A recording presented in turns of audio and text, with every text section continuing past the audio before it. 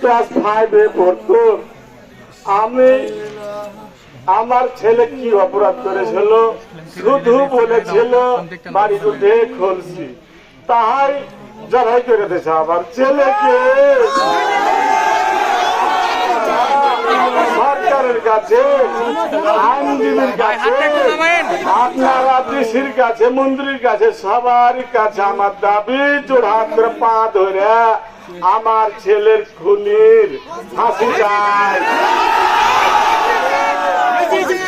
ফাঁসি চাই। আমার ছেলের যতক্ষণ ফাঁসি না হবে তখন আমি শান্তি পাবো না, আমার ছেলের আত্মাও শান্তি পাবে না।